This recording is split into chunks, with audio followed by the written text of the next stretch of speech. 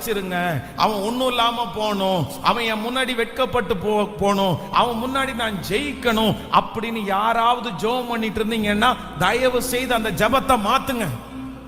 அந்த ஜெபத்தை மாத்துங்க. அவங்க ஃபெயிலியர் ஆக வேண்டிய அவசியம் கேட்கல.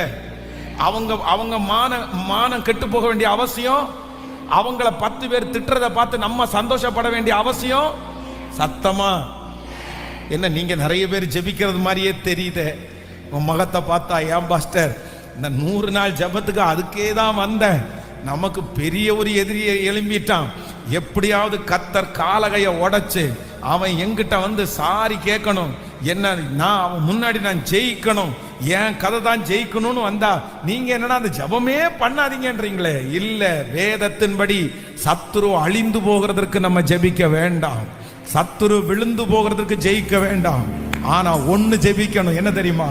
சத்துருக்கு முன்னாடி எனக்கு ஒரு பந்தி ஆயத்தப்படுத்தி என்ன வளர்த்து. எதிரிகள் உங்களுக்கு எழும்பிட்டாங்களா ஆண்டவருடைய பிள்ளைகளே, நீங்க உடனே சுதாகரிச்சுங்க. அவங்க முன்னாடி நான் என்ன பண்ணணும்? அவனை ஜெயில புத்திக்கு போடணும்னு நினைச்சா உங்க பணம் அதுல தான் செலவாகும், உங்க நேரம் அதுல தான் செலவாகும். அதுக்கு முன்னாடி அவன் முன்னாடி நான் வளரணும்னு நினைங்க. 5 வருஷம்தான். அவங்களுக்கு ஏதாவது ஒரு ஆக்சிடென்ட்டோ ஏதோ ஒன்று ஆச்சுன்னா கடவுள் தந்தா இருப்பார் உனக்கு. அதுவும் கடவுள்னு கூட சொல்ல மாட்டாங்க, சிலர் கர்த்தர்னே சொல்லுவாங்க. நான் ஆராதிக்கிற கர்த்தர் நீ போகும் வழியிலே உன் காற்றினுடைய டயரை புடுங்கி விட்டு உன்னை விபத்துக்குள் ஆக்கினார், கர்த்தருக்கு ஸ்தோத்திரம். விட்டா சாட்சியே வந்து சொல்லுவாங்க, சர்ச்சில் வந்து சாட்சி கூட சொல்லுவாங்க. அப்படி கிடையாது.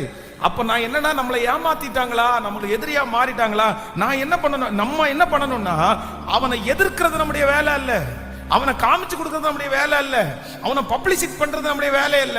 நம்முடைய வேலை என்னன்னா, என்னை எதிர்க்கிறவர்களுக்கு முன்பாக, என்னை தள்ளினவர்களுக்கு முன்பாக என் தலையை கர்த்தர் உயர்த்தி நான் வளரணும்.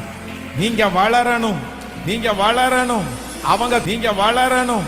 அவங்க கண்ணுக்கு முன்னாடி நீங்க உயரணும், அவங்க கண்ணுக்கு முன்னாடி நீங்க சம்பாதிச்சு காமிக்கணும், அவங்க கண்ணுக்கு முன்னாடி நீங்க உயர்ந்து காமிக்கணும், அவங்க கண்ணுக்கு முன்னாடி நீ தோற்று போக கூடாது, அவங்க கண்ணுக்கு முன்னாடி நீங்க வருத்தப்படக்கூடாது, அவமானப்பட்டு போய் நிக்க கூடாது. கர்த்தர் உங்களை அவங்க கண்ணுக்கு முன்னாடி உயர்த்தட்டும். அவங்க முன்னாடி ஆண்டவர் என்னை வளர பண்ணுகிறதற்கு கர்த்தர் வல்லவரா இருக்கிறார். ஹல்லேலூயா.